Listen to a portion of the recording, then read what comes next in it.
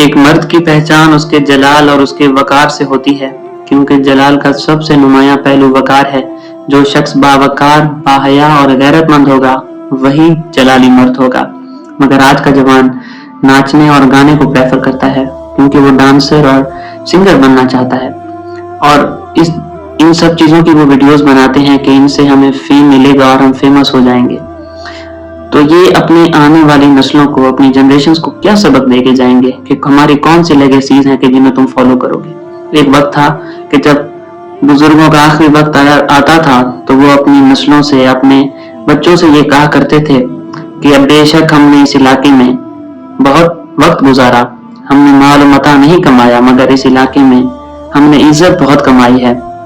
تو ہماری ان لیگیسیز کو تم فالو کرنا۔ ہم نے اپنی قوم، اپنی برادری اور اپنے علاقے کے لیے بہت سی قربانیاں دی ہیں۔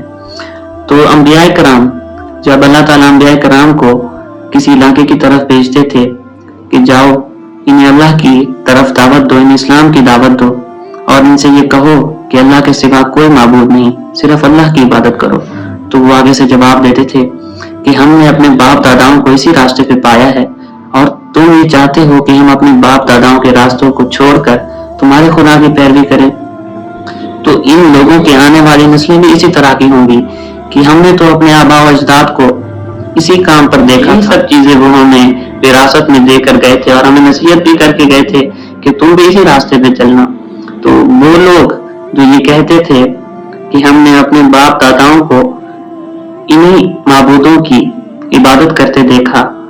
تو وہ قیامت کے دن کہیں گے کہ ہمارے آباء و اجداد کو اور ہمارے بڑوں کو دگنا عذاب دو، کیونکہ انہوں نے ہمیں غارت کیا، کیونکہ ان کے پاس وہی لیگیسیز آئی تھی، ان کے بڑے نے وہی سب چیزیں دے کر گئے تھے جو ان کے پاس، اور ذریعہ معاش کے لیے فکر مند ہونا کہ کہاں سے کھائیں گے، کہاں سے ہم اپنے بہن بھائیوں کی شادیاں کرائیں گے، باپ کی دوائیاں کہاں سے لیں گے اور ماں کے علاج کے پیسے کہاں سے لائیں گے۔ تو ہمیں اسی راستے پہ اب چلنا چاہیے۔ اگرچہ یہ بے حیائی کا راستہ ہے، ہمیں معلوم ہے، مگر ہم اسی راستے پہ چلیں گے، ورنہ ہم اپنی ضرورتوں کو کیسے پورا کریں گے۔ This is loser talk، یہ شکست یافتہ باتیں ہیں، these are lame excuses، کیونکہ وہ سب لوگ بھی تو اپنے معاملات کو چلا رہے ہوتے ہیں کہ جن کی آمدن 20 سے 25 ہزار سے بھی کم ہوتی ہے۔ تو وہ لوگ جب اپنی ضروریات کو پورا کرتے ہیں تو ان لوگوں کے پاس وہ کون سی ایسی ضروریات، کون سی ایسی خواہشات ہیں جو ان کی حلال سے پوری نہیں ہوتی، اس لیے وہ حرام۔ آج بھی وقت ہے، خود کو بدل لو، کیونکہ وہ وقت دور نہیں۔ اگر تم اسی راستے پر چلے تو تمہارے لڑکوں کے ہاتھوں میں کنگن اور چوڑیاں ہوں گی، پیروں میں پازیب ہوگی، اور سر پر انہوں نے ہیئر بینڈز اور کیچر لگائے ہوں گے، اور تنگ لباس پہنیں گے وہ،